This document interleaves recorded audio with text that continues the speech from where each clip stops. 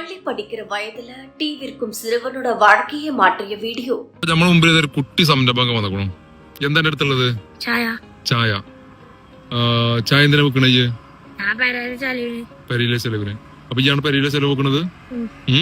വേറെ ആരുല്ലേ? പിന്നെ ആര് വീട്ടിലുള്ളത്? ഇമ്മണ്ട്. ഉമ്മാക്ക് സുഖല്ല. അപ്പൊ നിങ്ങളെ ചെലവിന് പിന്നെ സ്കൂളിൽ വന്നിട്ട് ചായ ഇവിടെ ചായപാത്രം ഈ ചായപാത്രം. ഓക്കെ. கேரளாவுல குடும்பத்தை பராமரிக்க பள்ளி நேரம் முடிச்சிட்டு இரவு முழுக்க டீ விற்கும் வட இந்திய சிறுவனான உசைனோட வாழ்க்கையை தலைகீழா மாற்றிருக்கிறாரு அந்த ஊர் எம்எல்ஏ. எப்போதுமே பள்ளி நேரம் முடிச்சிட்டு டீ கடைக்கு போய் டீ வாங்கி வெளியில விற்க கிளம்பிடுவாராம் இந்த சிறுவன். ஒரு நாள் டீ விற்காத சோகத்துல நின்றிருக்கும் போது பக்கத்துல இருந்த கார்ல ஒருவர் இவரை கூப்பிட்டு விசாரிச்சிருக்காரு.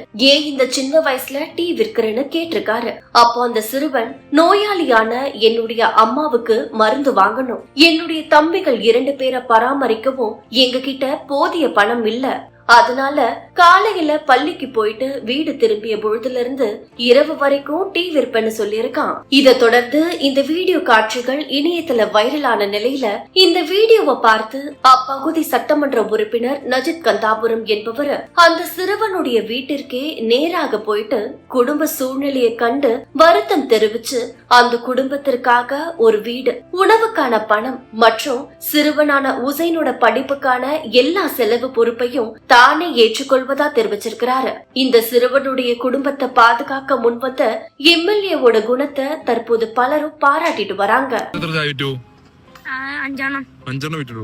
രാത്രി 9:20 അല്ലേ? എപ്പോ വന്നാ? 2 മണിക്ക് വന്നിട്ട് 5 ആയിട്ടുള്ളൂ. അപ്പൊ എന്റെ അടുത്ത് ആരും ചായ വാങ്ങണില്ലേ? എന്താ ആരും ചായ വാങ്ങണില്ല? എന്താ വാങ്ങത്ത്? അറിയില്ല. എവിടേക്ക് ചായ? പെരുന്തൽമണ്ണ എവിടേക്ക് പോയത്?